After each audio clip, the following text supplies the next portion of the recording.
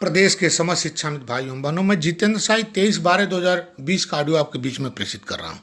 शिक्षामित भाइयों बहनों, मैं अपना ऑडियो अभी प्रेषित नहीं करता क्योंकि शुभ संकेत लेकर मैं आने वाला हूँ और शुभ संकेत बेहतर है।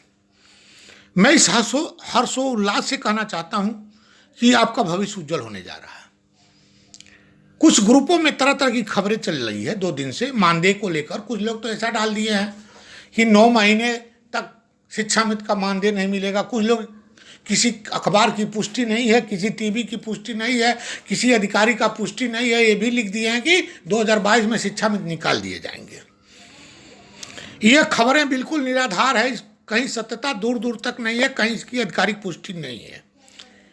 आपको मैं बता देना चाहता हूँ, मानदेय न आने का कारण आपकी व्यवस्था सुदृढ़ की जा रही है। कहीं ना कहीं दिक्कत परेशानी होती है। 1 महीने यदि मानदेय आपका लेट हो गया, आपका व्यवस्था सुदृढ़ हो गया, वो अच्छा है कि आप मानदेय पाओ और आपकी व्यवस्था सुदृढ़ ना हो, वो अच्छा है। ये तो आपको तय करना है, आप पे निर्भर है कि आप कौन बातें स्वीकार करते हो। लेकिन आपका मानदेय समय से मिलने की तैयारी सरकार ने कर लिया है, उसी तरह कार्य भी कर रही है कि आपका समय से भुगतान हो जाए, कोई दिक्कत परेशानी ना हो। इसी नाते मानदेय लेट हुआ है, उस पर तरह तरह के लोग खबरें डाल रहे हैं और भी ग्रुप में डाल रहे हैं, मेरे शिक्षा मित्र को हतोत्साहित कर रहे हैं। तो मैं आज भी कहना चाहता हूँ, कल भी कह रहा हूँ, मेरे शिक्षा मित्र भाइयों बहनों, हतोत्साहित न होना, निराश न होना, उन कुकुरमुत्तों को मुंह तोड़ जवाब देना जो एक खबर डाल रहा है। मैं तो उनको कहना चाहता हूँ, जो खबर लिखा होगा मैं उससे कहना चाहता हूँ कड़े शब्दों में कि जो खबर लिखा होगा उसके बाप पैसा नहीं देंगे, सरकार देगी पैसा, और सरकार मेरे साथ खड़ी है। उसके बाप के घर से पैसा आएगा जो खबर ऐसा लिखा है। सरकार और अधिकारी जब मेरे साथ खड़े हैं, शिक्षा मित्र के साथ खड़े हैं, तो ये लिखने वाला कौन होता है? ग्रुप में जो फैला रहा है, ये फैलाने वाले कौन होते हैं? ये तो महामूर्ख है जो इसको ग्रुप में फैलाया जा रहा है, शिक्षा मित्र को हतोत्साहित किया जा रहा है। मेरे ऑडियो पर एक बहन एक दिन भावुक हो गई थी, लगातार फोन आ रहा है मेरे पास, और मैं उस बहन से कहा था कि यदि आप इस तरह हो जाओगी, अपने आप को रोक नहीं पाओगी, तो ये अच्छी बात नहीं है। मैं जो ऑडियो दिया हूँ, कर सत्य दिया हूँ, ऐसा ही होगा। वो बहन कही काश ऐसा हो जाता, तो मैं आज फिर उस बहन को कहना चाहता हूँ, काश ऐसा ही होगा जो आपके मन में है। विश्वास किए हो आप लोग तो विश्वासघात नहीं होने दूंगा, ये मेरा दावा है। मैं कहना इस बात को इस नाते चाहता हूं कि मैंने 2 बार समय मांगा 3-3 महीने का, लेकिन लोग आरोप लगा दिए 4 साल बीत गया, साहिब जी आपका 3 महीना आएगा कब? तो मैं उस पर प्रकाश डालना चाहता हूं कि जब 6 जून 2018 को माननीय मुख्यमंत्री जी से मेरी वार्ता हुई थी, और फिर 9 जून 2018 को माननीय मुख्यमंत्री जी बुलाए थे, वार्ता प्रतिवेदन लेने के आदेश भी कर दिए थे, लेकिन कुछ लोग, अपने ही लोग, अस्तित्व बचाने के होड़ में, श्रेय लेने के होड़ में धरना प्रदर्शन के लिए बैठ गए। मैं उन लोगों से भी मांगा था कि 3 महीना मुझे दे दो, नहीं दिए लोग, धरना प्रदर्शन पे बैठ गए। ठीक परिणाम जो भी आया आप जानते होंगे। फिर मैंने लोकसभा के चुनाव जब नज़दीक आया तो मैं कहा 3 महीना और दे दो, तो लोग 3 महीना कौन दिए, टोपी लगा लगा के प्रचार में कूद गए, और क्या परिणाम मिला आप खुद जानते हैं।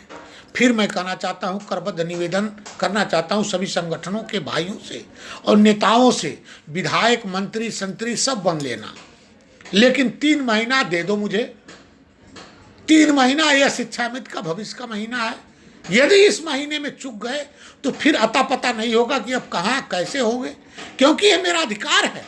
हम 1 से 5 तक पढ़ाते हैं, 1 से 8 तक पढ़ाते हैं, लेकिन लिखित रूप में कहीं नहीं थे, हम लोग रोड पे थे।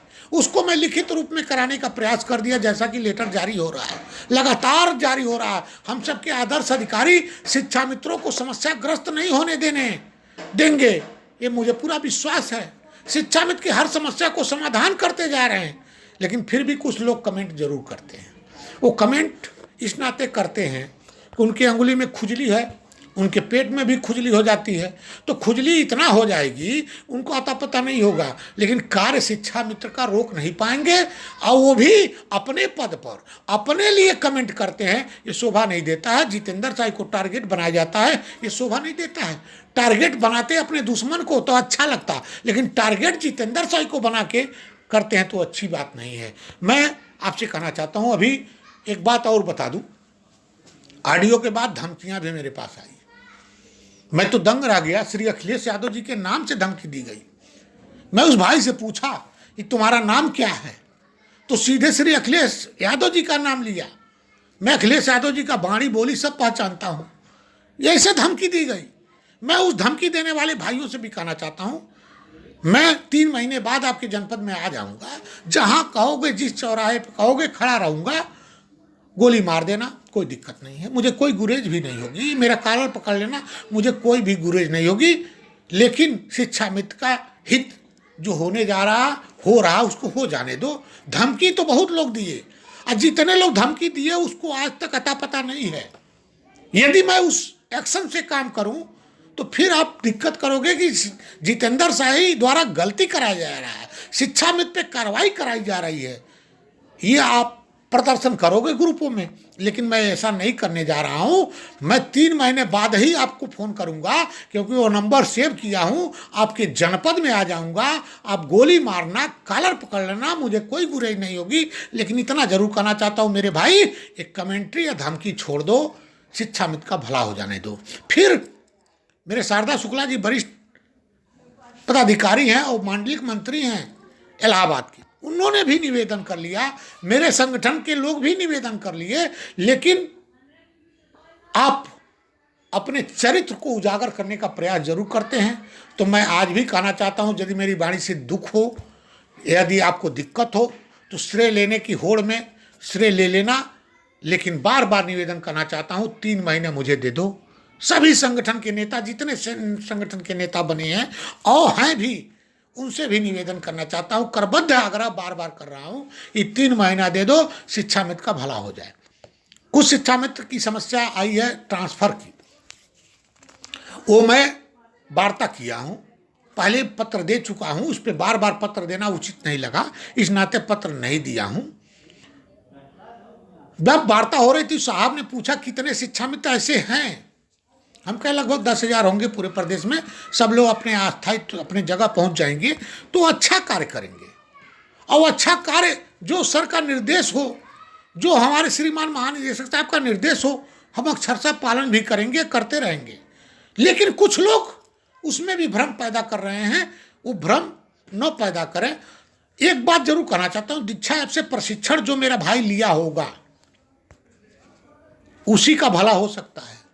यदि नहीं लिया होगा तो फिर मैं कभी कतई उसका प्रयास नहीं कर सकता हूँ, कतई उसके लिए आगे नहीं बढ़ सकता हूँ, क्योंकि अब ऑनलाइन सिस्टम हो गई है। मैं झूठ भी नहीं बोल सकता कि हमारे भाई ने प्रशिक्षण लिया, नेट फेल हो गया, ये हो गया, वो हो गया।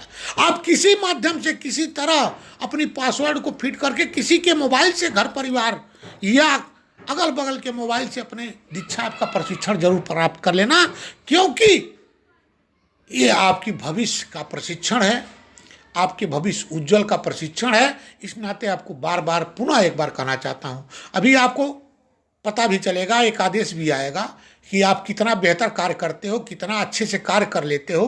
क्योंकि बच्चों से संवाद हो, चाहे अभिभावक से संवाद हो, चाहे चौपाल हो, उसमें भी शिक्षा मित्र को जोड़ने का प्रयास, आदेश आ रहा है। जैसे शिक्षक चौपाल में प्रतिभाग करेगा, उसे शिक्षा मित्र भी चौपाल में प्रतिभाग करेगा। ये आदेश आने वाला है। और हर शिक्षा मित्र, हर अभिभावक, हर बच्चों को मोबाइल पे दीक्षा निष्ठा के ग्रुप जो बनी है उससे जोड़ने का प्रयास करेगा, जैसा कि अध्यापक का भी है। और आपका आदेश नहीं था, वो भी आपका आदेश आने वाला है। आपकी आर्थिक स्थिति इतनी अच्छी होगी, क्योंकि बार बार लोग मुझसे पूछ रहे हैं। मैं इस नाते नहीं बता पा रहा हूं, हो सकता बढ़ भी जाए। बढ़ जाए तो लोग कहेंगे साई ने ये बताया, इतना हो गया, झूठ साबित करने में लगेंगे। इसी नाते मैं चुप्पी लगाया हूं। मैं शिक्षा मित्र भाइयों बहनों से कहना चाहता हूं, आप दृढ़ता के साथ अपने विद्यालय में कार्य कर रहे हैं, करते रहें, सुचारू रूप से कार्य करें, समय से पहुँचें।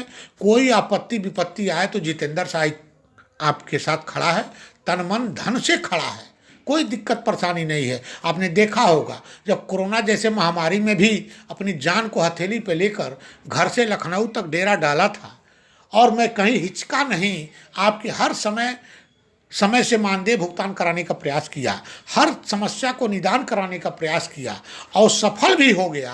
और फिर आपके बीच में कहना चाहता हूँ, वीर तुम बढ़े चलो, धीर तुम बढ़े चलो, सामने पहाड़ हो, सिंह की दहाड़ हो, हम कभी रुके नहीं, हम कभी झुके नहीं, सामंजस्य बनाकर अपना हक लेके रहेंगे। चाहे इसके लिए कोई भी दिक्कत परेशानी आए, सब झेलते हुए भी हम आगे बढ़ सकते हैं। ये हमारे में कुवत है, हम सब में क्षमता है। हम कामयाब होंगे एक दिन, हम कामयाब होंगे एक दिन।